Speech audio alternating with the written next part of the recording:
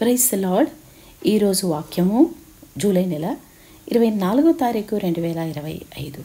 కీర్తనల గ్రంథము 77వ అధ్యాయము 4 మరియు 12 వచనాలు.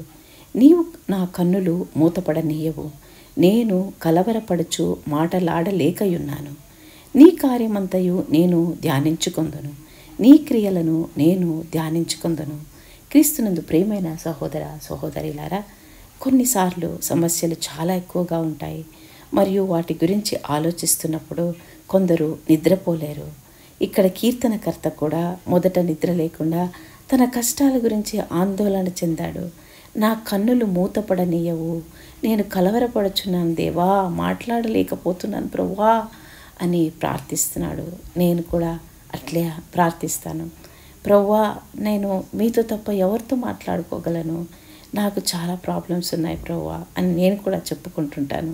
కానీ తర్వాత కీర్తనకర్త దేవుని పనులను పరిశీలించడం ద్వారా మరియు ఆయన శక్తివంతమైన పనులను ధ్యానించడం ద్వారా తనను తాను ప్రోత్సహించుకున్నాడు. కనుక మనం కూడా అదే పని చేద్దాం. మన తీవ్ర ఇబ్బందుల్లో ఉన్నప్పుడు దేవుడు మనకు గతంలో ఎలా సహాయం చేశారో మరియు ఆయన మొత్తం విశ్వాన్ని ఎలా నిర్వహిస్తున్నారో గుర్తు చేసుకుందాం. ఇంత పెద్ద యూనివర్స్ని మేనేజ్ చేస్తున్న దేవుడు నీ ప్రాబ్లంను నా ప్రాబ్లంను సాల్వ్ చేయలేరా? తప్పకుండా చేస్తారు. చివరగా మనం కూడా కీర్తనకర్తలాగా మన బాధలన్నింటినీ యేసుకు ఇవ్వడం ద్వారా ప్రశాంతంగా నిద్రపోవచ్చు. ప్రార్థిద్దామా? ప్రియమైన తండ్రి, ఒక్కొక్కసారి ఈ సమస్యలను గురించి ఆలోచిస్తే నిద్ర పట్టదు నాయన.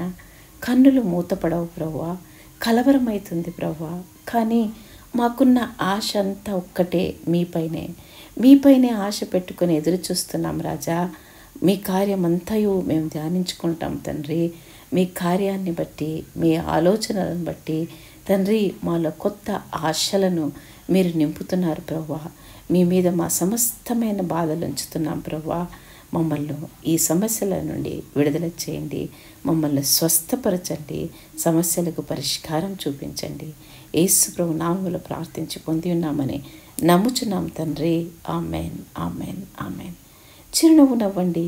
యేసు మన తరఫున పనిచేస్తున్నారు కాబట్టి చింతించకండి. దేవుడు మిమ్మల్ని దీవించును గాక.